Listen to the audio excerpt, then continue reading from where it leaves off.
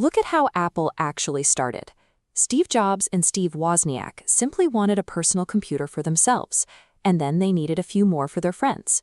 It was a pure passion project. They spent their spare time hand-building these exposed, wooden-boxed circuit boards. It was fun, but assembling them one by one quickly consumed all their free time, so they decided to manufacture a batch of 100 just to get their weekends back. That is the honeymoon phase of entrepreneurship, and it ends almost immediately. Once you decide to actually form a company, the reality of running a business buries the fun of tinkering. You suddenly have to do everything except design the product. Invent a part number system, secure bank accounts, come up with a name, and design a logo. This document is a general ledger. A general ledger is simply the master accounting document a company uses to record all its financial transactions. Managing this requires an exhausting, necessary grind that pulls founders away from their actual product. You even have to figure out mundane facility logistics. This is a standard office coffee maker. Procuring a little kitchen setup like this becomes just another micro-task added to the list to keep a team functioning during long late-night hours. It is incredibly easy for founders to lose their original momentum here. They start fighting and winning these tiny administrative battles, losing sight of the actual product they set out to build in the first place. The real war of a startup is strictly survival. It is the race to not run out of money before you finally get your product to the market. When you have 1,000 miles to walk, taking that very first step makes the destination look terrifyingly far away. The daily administrative mud takes a heavy psychological toll, and the original goal starts to look like a mirage. To counter this, the founder has to become the dedicated keeper of the vision. There has to be someone in the room constantly reminding everyone that the finish line actually exists. This animation shows a massive, long-term timeline, broken down into single, achievable steps. The leader's job is to reiterate the vision in 1,000 little ways, constantly showing the team that they are exactly one step closer than they were yesterday. But a vision requires people who can actually execute those steps. Apple approached this by looking past seasoned professionals. They actively recruited people who were intensely passionate experts, individuals who had the latest understanding of technology right at their fingertips and a burning desire to share it with the world. This illustrates what happens when you group those people together. When you assemble a core team of 10 elite performers, they form a self-policing network. They naturally protect the group's internal standards by automatically blocking anyone who doesn't share their capability from entering their circle.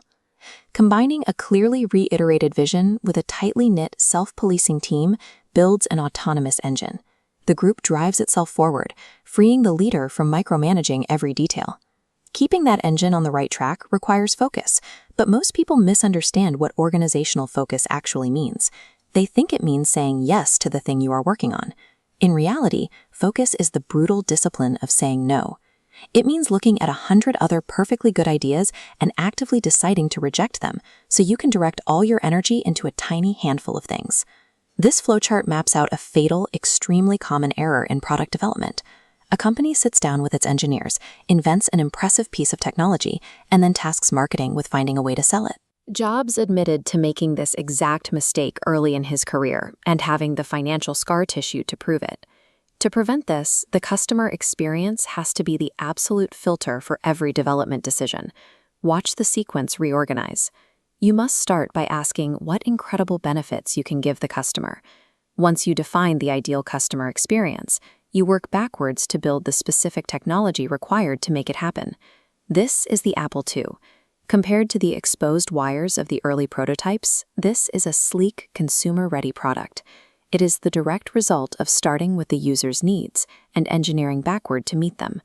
By ruthlessly rejecting distractions and enforcing that sequence, a raw, garage-built idea is refined into a viable product that millions of people actually want to use. When you finally zoom out from the isolated internal startup bubble, you must face a much harsher truth. The external world simply does not care what you have been through. It does not care if you dealt with a 4-month lawsuit, or if you've been burning through cash for half a year, or how hard your team worked. The market evaluates a startup on exactly one metric: the quality of the product you produce, and how timely you bring it to market. If something isn't good enough, leadership has a choice: ship it anyway to meet a deadline, or halt production to fix it. When a CEO stops a launch to ensure greatness, the entire organization watches. That action sets the standard far better than any company memo. This level of obsessive quality control is rarely achieved by founders who just want to get rich.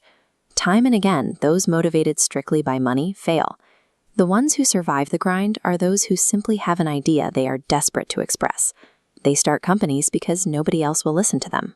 And the ultimate reward for enduring the paperwork, the late nights, and the brutal discipline of focus is knowing that you planted a specific idea into the world, watched it grow, and slightly altered the future.